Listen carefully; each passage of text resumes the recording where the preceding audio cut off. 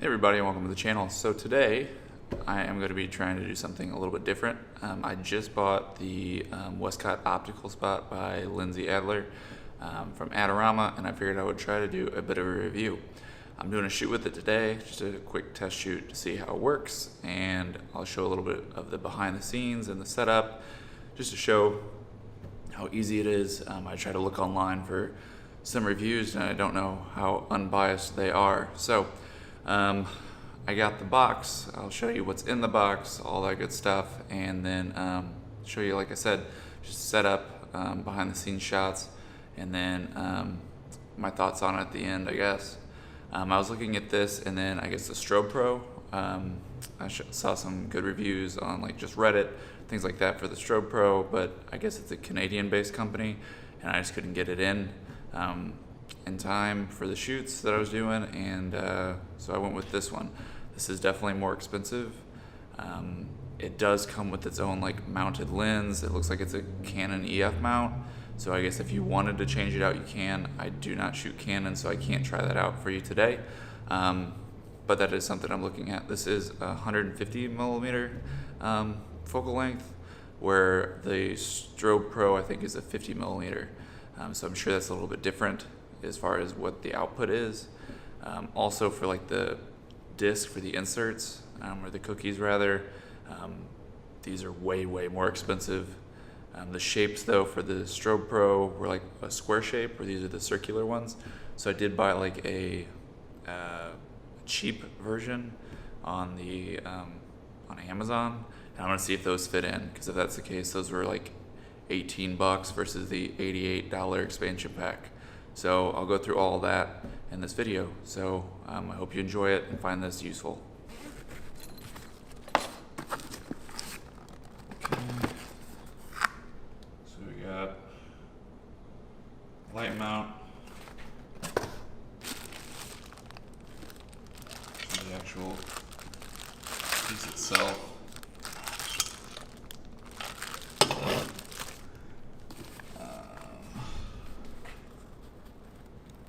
Here.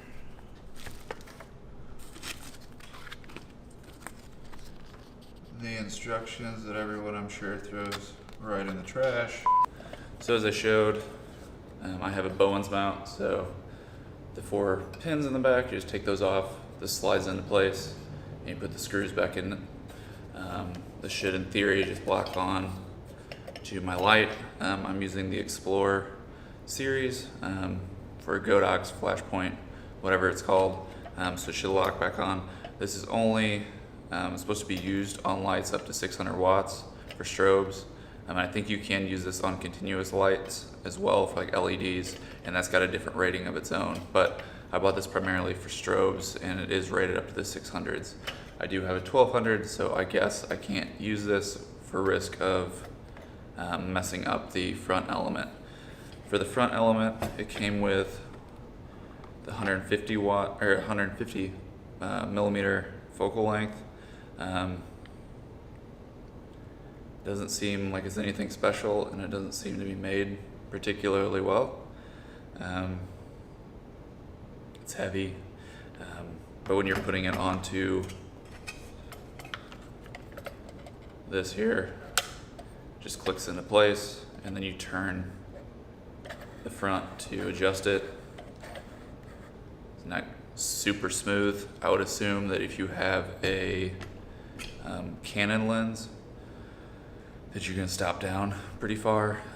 Like I said, the Strobe Pro uses a 50 millimeter Canon lens, and then you just kind of adjust it from there. I assume it's sharper. I have no idea, I haven't tested this yet, but this does say in the instructions that you can change this out with the Canon lens. So if you wanted a different focal length, you could do that. So I'll try this out today and a couple other shoots, and then if I want something different, I can do that. You do have on the sides here the built-in wedges, I guess, to shape the light, which is nice, where the Strobe Pro does not have that. You have to buy a separate attachment that clicks on. And then for the front piece, it's got like a front element that goes on, and then this holds all of your gels. So there's an assortment of colored gels in here, and this just snaps onto the front. So that's pretty cool.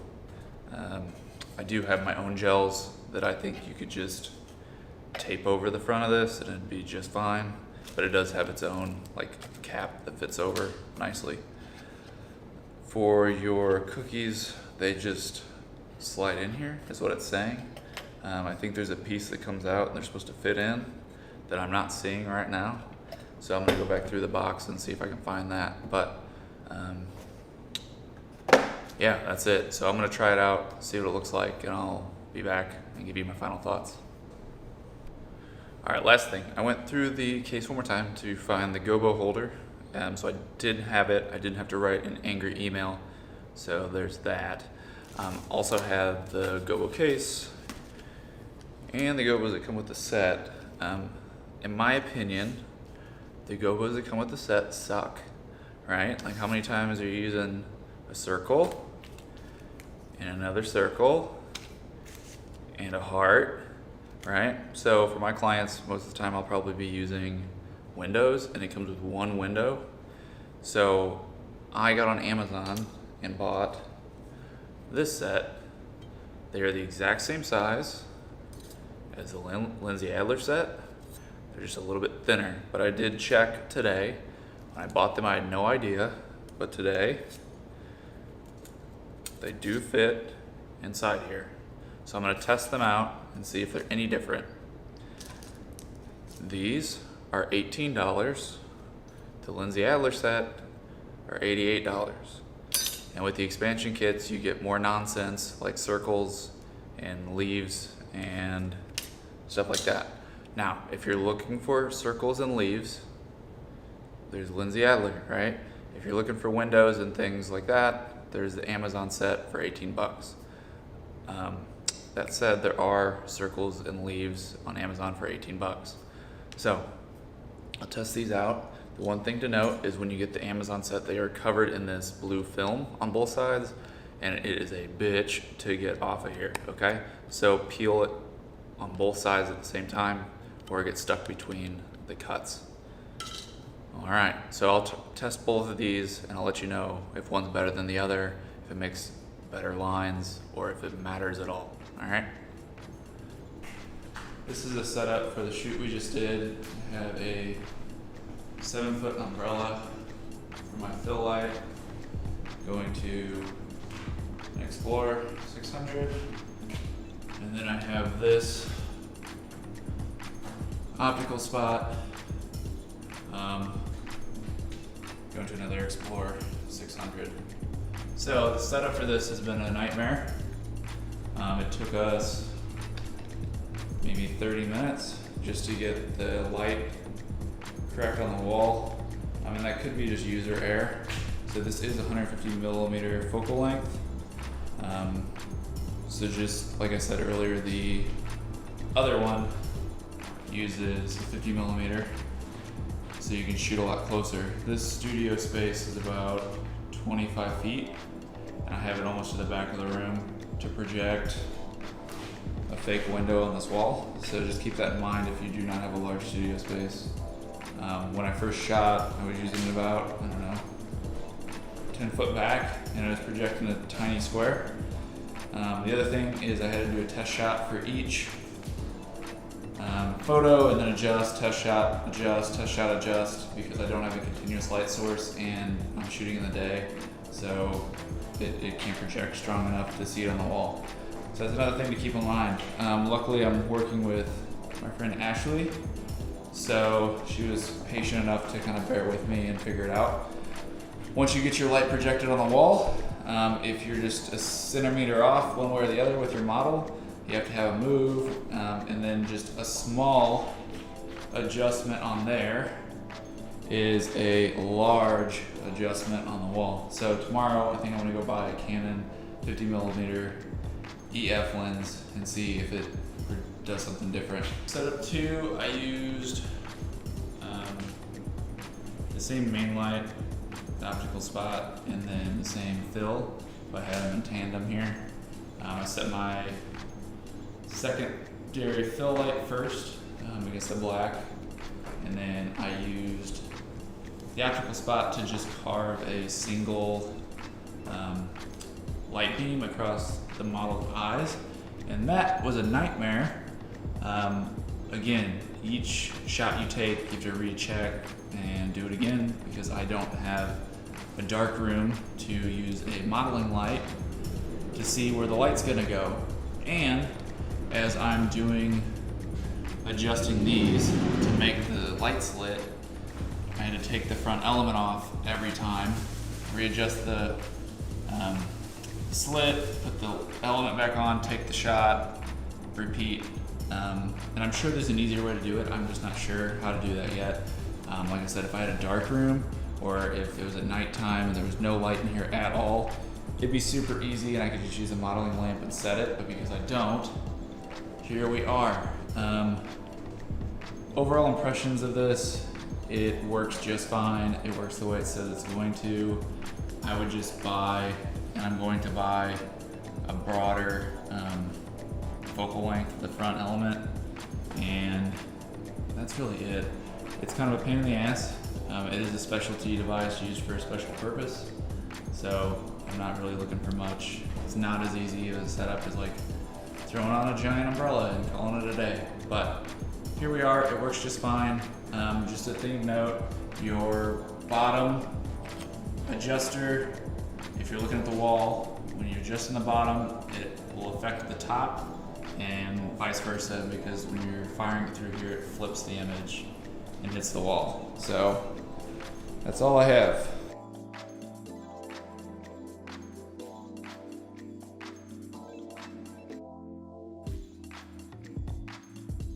So day 2 of using the optical spot. Last night I went and bought the Canon 1.8, just the nifty 50 version of the Canon, for about $160. So right now I'm sitting at about $650 using this lighting setup. Just factor that in if you're thinking about getting this, because it does come with the 150 millimeter lens that comes on the front. It's cheap lens, right? Not the greatest in the world, so it was way too narrow for what I was trying to do yesterday. So I'm gonna try the 50 millimeter version today. I'm gonna slap this on the front today, see what happens, see if I like it better. Right now, I think I'll probably use this for maybe a shoot a month. I don't know if it's really worth the investment, but hopefully I get some cool photos out of it. I think out of yesterday, I maybe have 1 or 2 keepers. So I shot maybe 2 hours. Most of that was setup time. For most of my shoots, I'm in the studio for maybe an hour per client. And I have most of my lighting setups dialed in. So it's just kind of figuring out what works for this and what doesn't. And it'll take a little bit of time. But once I get it and I'm able to set it up fairly quickly, I think I'll kind of come back to this, assuming this works and I'm able to project a wider image. So I'll let you know my thoughts in a little bit, but I just wanted to let you know that I am going to try this again and see if it works better. Okay, so final thoughts on the optical snoot or optical spot. It's cool. Was it worth $700? No. I'll probably use it a few times here and there, and definitely need to practice more with it. Adding the 50 millimeter lens on it helped a lot. It was definitely harder to focus and get the lines crisp with that versus the one that comes with the kit. It'd be interesting to try another brands and like compare them, but it was cool. It did have a big hot spot in the middle of it, so just keep that in mind. But this is kind of my review of it, from setup to using it. So there you go, and hope you have fun with it if you get one.